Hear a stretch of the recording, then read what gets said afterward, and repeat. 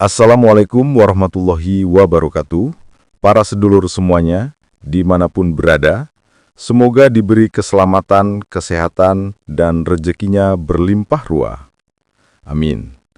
Pada video kali ini, saya akan menyajikan kisah pemuda miskin dihina, hidupku berubah setelah menikahi santriwati cantik. Untuk kisah lengkapnya, langsung saja kita masuk ke ceritanya.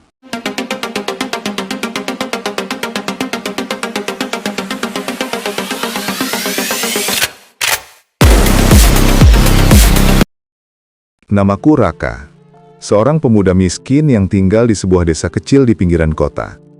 Sejak kecil, aku sudah terbiasa hidup dalam kesederhanaan. Rumahku hanya berdinding papan. Atapnya kadang bocor ketika hujan turun. Namun, anehnya, aku tidak pernah merasa hidupku buruk karena aku punya orang tua yang penuh kasih, meski kami tak punya apa-apa. Setiap pagi, aku membantu ayah pergi ke ladang. Ayah hanyalah seorang buruh tani, penghasilannya tak menentu. Sedangkan ibu, ia membuat kue sederhana lalu menitipkannya di warung-warung kecil. Aku sendiri hanya lulusan SMA yang tak bisa melanjutkan kuliah karena tak ada biaya. Walau begitu, aku selalu berusaha tersenyum. Hidup bagiku bukan tentang banyaknya harta, melainkan rasa syukur. Kadang aku bermimpi bisa punya usaha sendiri, bisa membahagiakan ayah dan ibu. Tapi aku sadar, jalan menuju itu semua masih sangat jauh. Di desa, aku dikenal sebagai Raka si miskin. Anak-anak sering mengejekku. Pemuda-pemuda sebaya menertawakanku karena bajuku lusuh. Bahkan orang tua di desa pun tak jarang melontarkan sindiran halus. Namun aku terbiasa menahan hati. Aku hanya diam, sambil berkata pada diri sendiri, "Tidak apa-apa Raka. Hidup ini bukan hanya tentang hari ini, tapi tentang masa depan." Hari-hari terasa datar. Aku bekerja serabutan. Kadang jadi kuli bangunan, kadang membantu orang menimba air sumur. Apa saja yang penting halal. Meski lelah, aku merasa semua baik-baik saja. Hingga pada suatu sore, ketika matahari mulai tenggelam di balik pepohonan, aku melihat sosok yang membuat jantungku berdetak tak karuan. Seorang gadis berkerudung putih, wajahnya teduh, matanya bercahaya. Ia berjalan pelan sambil membawa kitab di tangannya. Namanya Aisyah, santriwati cantik jelita yang selalu menjadi buah bibir di desa kami. Banyak pemuda terpelajar, bahkan orang kaya yang mendambakan dirinya. Tapi entah kenapa, pada hari itu pandangannya sempat bertemu dengan mataku. Hanya sekejap, tapi cukup membuatku bingung dan gelisah. Aku sadar siapa diriku, seorang pemuda miskin, penuh kekurangan, tak pantas memandang terlalu jauh. Tapi sejak hari itu, hatiku yang sederhana mulai menyimpan rasa, sebuah harapan kecil yang belum pernah aku rasakan sebelumnya. Aku tidak tahu bahwa pertemuan singkat sore itu akan menjadi awal dari perubahan besar dalam hidupku. Sejak hari itu, bayangan wajah Aisyah selalu hadir di benakku. Aku tak berani berharap terlalu jauh, tapi setiap kali melihatnya berjalan pulang dari pesantren sore hari, ada semacam semangat yang tumbuh dalam diriku. Aku merasa, mungkin inilah pertama kalinya aku benar-benar ingin berjuang lebih keras. Namun, kenyataan pahit segera menamparku. Suatu pagi, ketika aku sedang membantu mengangkat karung beras di pasar, aku mendengar suara tawa keras beberapa pemuda. "Lihat, itu si Raka, berani-beraninya dia melirik Aisyah. Pemuda miskin macam dia, mana mungkin bisa mendekati santriwati idaman desa." Aku pura-pura tidak mendengar. Tapi tawa mereka semakin keras, hingga akhirnya salah satu dari mereka berkata dengan lantang, "Kalau Aisyah sampai jadi milikmu, Raka bah, itu berarti dunia sudah terbalik." Orang-orang di sekitar ikut tertawa. Aku terdiam. Karung beras di pundakku terasa lebih berat dari sebelumnya. Aku menunduk, berusaha menahan rasa perih yang menyayat hati. Malam itu, aku tak bisa tidur. Kata-kata ejekan itu terngiang-ngiang di kepalaku. Aku sadar, inilah kenyataan pahit yang harus aku hadapi. Aku bukan hanya miskin harta, tapi juga miskin harga diri di mata orang-orang desa. Aku menatap langit-langit kamarku yang reot, lalu menggenggam erat tanganku. Aku harus berubah. Aku tidak boleh selamanya jadi bahan hinaan. Aku ingin buktikan bahwa aku mampu meski semua orang meremehkanku. Sejak malam itu, tekadku terbakar. Aku mulai mencari peluang apa saja untuk bisa memperbaiki hidupku. Tapi di balik tekad itu, aku juga diliputi ketakutan. Bagaimana mungkin aku, seorang pemuda miskin, bisa menggapai sesuatu yang bahkan para pemuda kaya sekalipun tak mudah mendapatkannya? Dan aku sama sekali tidak tahu bahwa langkah pertamaku akan membawa diriku pada perjalanan penuh luka, air mata, dan pilihan-pilihan berat yang tak pernah aku bayangkan sebelumnya. Keesokan harinya, aku mulai mencoba mencari peluang. Aku melamar pekerjaan di toko bangunan di kota, berharap bisa diterima meski hanya sebagai kuli angkut. Aku datang dengan kemeja lusuh, wajah penuh harap, dan doa yang tak henti kuucapkan. Namun jawaban yang kudapat membuat hatiku remuk. "Maaf, kami butuh orang yang berpendidikan lebih. Kamu kan cuma lulusan SMA, apalagi kamu terlihat lemah untuk kerja berat," kata pemilik toko sambil menatapku dari ujung rambut hingga kaki. Aku hanya bisa tersenyum kaku, meski hatiku rasanya hancur. Aku keluar dari toko itu dengan langkah gontai. Rasanya dunia menolakku bulat-bulat. Tidak menyerah, aku mencoba membuka usaha kecil-kecilan. Aku meminjam uang dari pamanku untuk membeli gerobak gorengan. Siang itu aku berjualan di pinggir jalan, berteriak menawarkan gorengan hangat kepada orang yang lalu lalang. Awalnya aku merasa bangga. Inilah langkah pertamaku menuju perubahan, batinku. Namun tak sampai seminggu, gerobak kecil itu terguling diterpa angin kencang, membuat semua gorenganku berserakan di tanah berlumpur. Orang-orang yang melihat hanya menertawakan, tidak ada yang menolong. Aku terduduk lemas memandang gorengan yang bercampur lumpur, sementara tawaku pecah menjadi tangis yang tak tertahan. Mengapa sesulit ini, Tuhan? Mengapa setiap usahaku selalu gagal? Malam itu aku pulang tanpa sepeser pun. Ibu menatapku dengan mata berkaca-kaca, sementara ayah hanya menepuk pundakku. Mereka tak berkata apa-apa, tapi aku tahu hati mereka ikut sakit melihat keadaanku. Di tengah kegelapan itu, aku kembali teringat pada sosok Aisyah.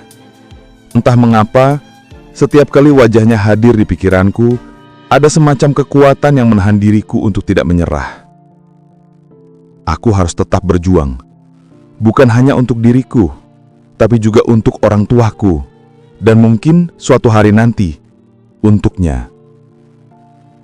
Namun jalan yang kutempuh ternyata belum seberapa.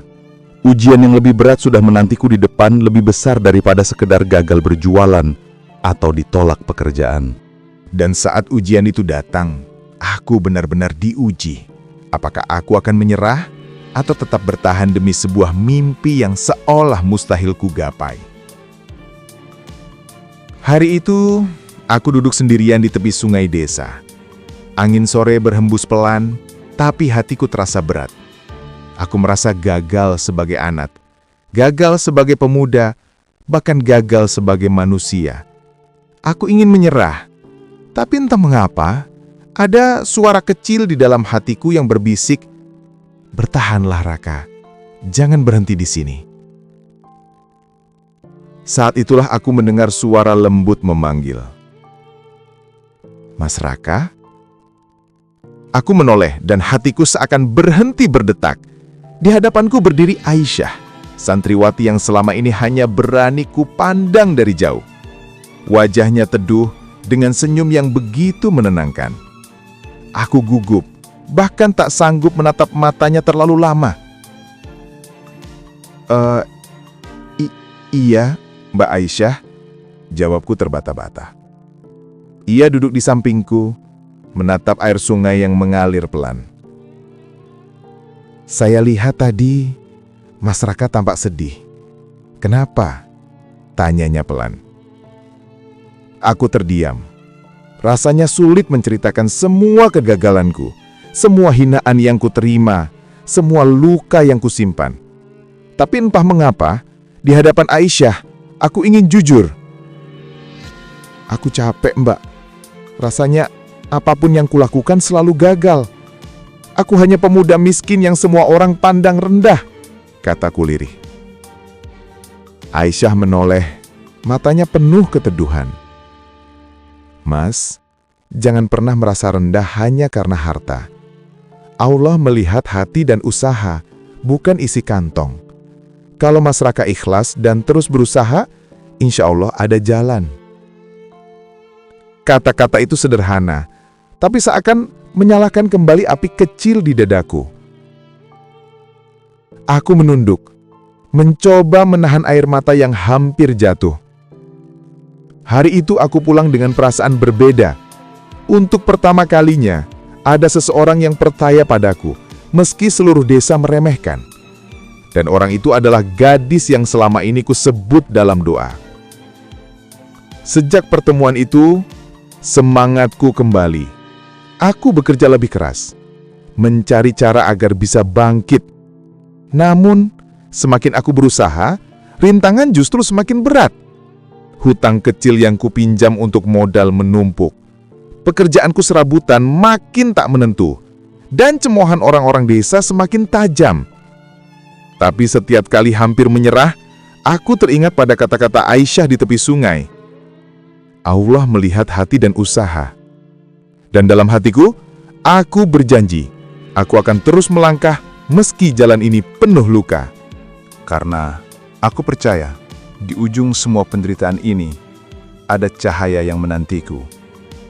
Namun, semakin jauh aku melangkah, semakin berat pula beban yang harus kupikul. Hutang yang awalnya kecil, kini menumpuk.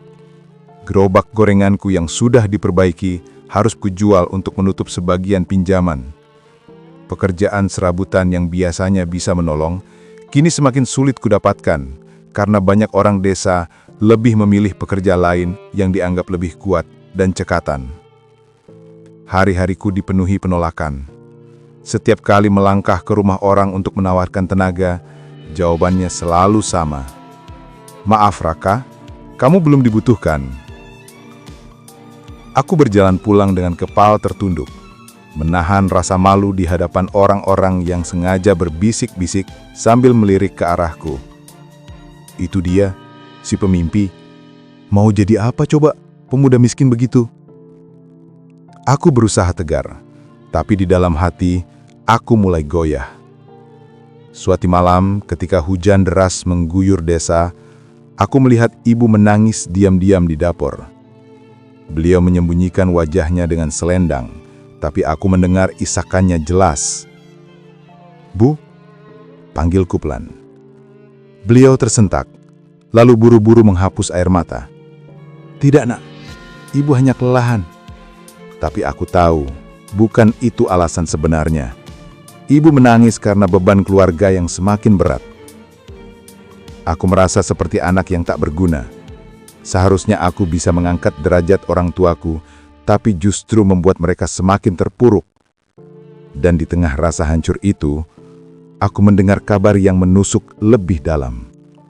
Seorang pemuda kaya dari desa tetangga datang melamar Aisyah. Seluruh desa heboh, semua membicarakan betapa cocoknya mereka. Aku hanya bisa terduduk, tangan gemetar, seakan seluruh usahaku selama ini runtuh dalam sekejap. Aku sadar, aku tidak punya apa-apa untuk dibandingkan dengan mereka. Malam itu, aku keluar rumah, berjalan tanpa arah di bawah hujan yang belum reda. Air hujan bercampur dengan air mataku. Di jalanan sepi itu, aku berlutut, memandang langit yang gelap. Ya Allah, apa aku harus menyerah? Atau masih ada jalan yang kau siapkan untukku?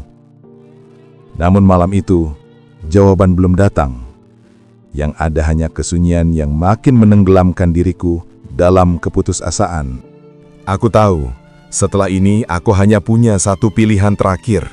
Sebuah keputusan yang akan mengubah seluruh hidupku, entah menuju cahaya atau justru kegelapan. Aku merenung semalaman, duduk sendirian di teras rumah papan yang dingin, dengan suara hujan sisa gerimis yang masih menetes dari atap bocor. Dalam hati, aku bertanya, Apakah aku harus berhenti mencintai Aisyah? Apakah aku harus menerima takdirku sebagai pemuda miskin yang hanya jadi bahan hinaan seumur hidup? Tapi setiap kali bayangan Aisyah hadir di benakku, dengan senyumnya yang teduh, dengan kata-katanya yang lembut saat menenangkanku di tepi sungai, hatiku menolak untuk menyerah. Ada sesuatu yang membuatku yakin, ia bukan sekadar gadis yang lewat dalam hidupku. Ia adalah cahaya yang dikirimkan Tuhan agar aku tetap berjalan. Maka aku membuat keputusan paling gila dalam hidupku. Aku akan melamar Aisyah, meski aku tidak punya apa-apa. "Mas, apa kamu sudah waras?" tanya seorang temanku. Saat aku memberanikan diri bercerita, aku hanya tersenyum getir. Waras atau tidak, aku tak peduli. Aku lebih takut kehilangan kesempatan daripada menanggung hinaan orang. Hari itu, aku mendatangi ayah. Dengan suara bergetar, aku berkata, "Yah, izinkan aku melamar Aisyah. Aku tahu aku miskin, tapi aku ingin mencoba. Jika aku gagal, setidaknya aku pernah berjuang." Hatiku bergetar. Kalimat itu seperti bensin yang menyulut api tekadku. Beberapa hari kemudian, aku melangkah menuju rumah Aisyah. Jantungku berdentum begitu keras hingga rasanya hampir pecah. Aku datang bukan membawa harta, bukan membawa kemewahan, hanya niat tulus dan secuil keberanian. Di depan pintu rumahnya kakiku sempat goyah, tapi aku mengingat semua luka, semua hinaan, semua tetesan air mata yang kualami. Aku mengingat wajah ibu yang menangis, ayah yang berusaha tegar, dan Aisyah yang pernah berkata, "Allah melihat hati dan usaha." Aku menghela nafas panjang, lalu mengetuk pintu.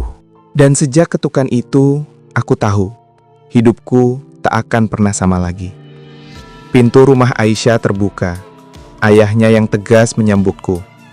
Aku menggenggam tanganku erat, mencoba menahan gemetar. Dengan suara lirih tapi mantap, aku mengutarakan niatku.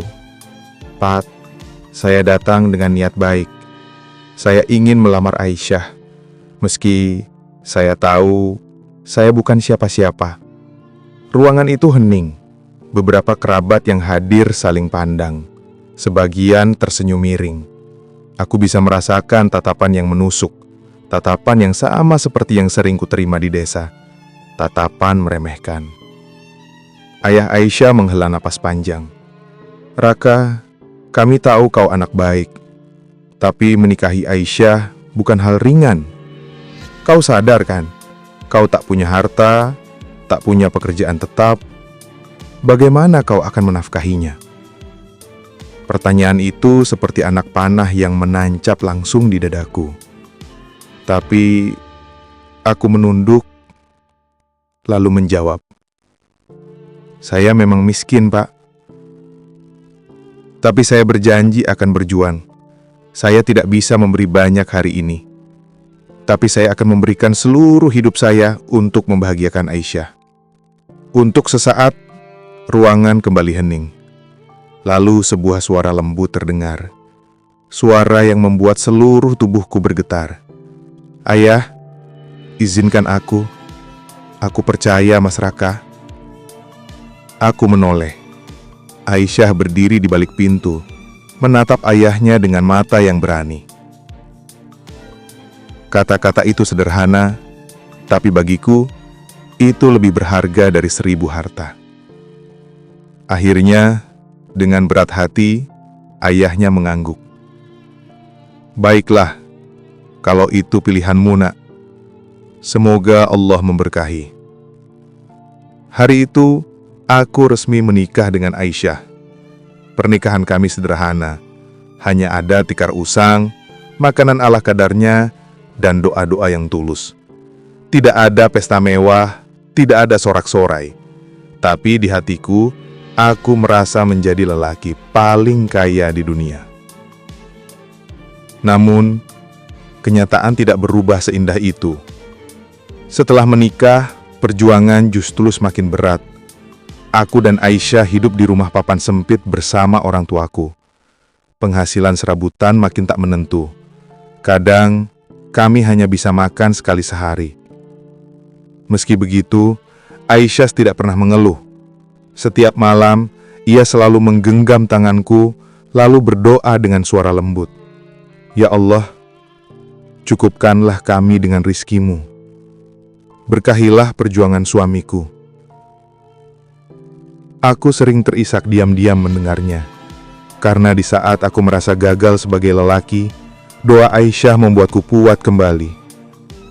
Tapi semakin keras aku berusaha, semakin sering pula aku jatuh. Semua jalan terasa buntu. Hingga akhirnya aku sadar, mungkin perjuanganku bukan soal bagaimana aku bisa segera sukses, melainkan bagaimana aku bertahan meski dunia terus menghina. Dan di titik itu, aku benar-benar diuji. Apakah aku masih sanggup berjuang dengan sisa tenaga? Ataukah aku harus menyerah sekali lagi? Kalimat itu terus terngiang di kepalaku. Mas, kalau memang serius, temui abahku. Jangan takut miskin. Abah hanya butuh melihat kesungguhanmu. Hatiku bergetar. Jujur, aku hampir tak percaya seorang gadis secantik Aisyah bisa berkata begitu padaku. Malam itu aku tak bisa tidur. Aku menatap langit-langit kamar sempitku, membayangkan wajah Aisyah yang teduh, suaranya yang lembut, dan kata-kata penuh harapan yang ia titipkan kepadaku. Namun, bersamaan dengan itu ketakutan juga menghantamku. Bagaimana mungkin seorang pemuda miskin seperti aku berani menghadap seorang kiai besar, seorang ulama disegani, apalagi untuk melamar putrinya. Pagi harinya, aku memberanikan diri dengan baju terbaik yang kumiliki, sebuah kemeja lusuh yang sudah mulai memudar warnanya. Aku melangkahkan kaki ke pondok pesantren Aisyah. Kakiku gemetar, jantungku berdegup lebih cepat daripada biasanya. Di gerbang pesantren, aku disambut tatapan para santri. Ada yang tersenyum ramah, ada pula yang berbisik-bisik sambil menatapku sinis. Aku tahu, penampilanku yang sederhana membuatku tampak tak pantas berdiri di sana. Namun aku tak boleh mundur. Akhirnya, aku dipersilahkan masuk dan menunggu di ruang tamu sederhana yang penuh dengan buku-buku agama. Detik-detik terasa seperti jam, hingga kemudian pintu terbuka, dan muncullah seorang pria tua berjanggut putih dengan sorot mata yang dalam dan penuh wibawa. Dialah Abah, ayah Aisyah. Belum sempat aku mengucap salam, suara beliau terdengar tegas, menusuk dadaku. Nak, aku sudah mendengar tentangmu. Katanya, kau ingin melamar putriku. Kau yakin sanggup membahagiakan dia dengan keadaanmu yang seperti ini? Aku tercekak, tubuhku serasa membeku. Inilah saat penentuan nasibku.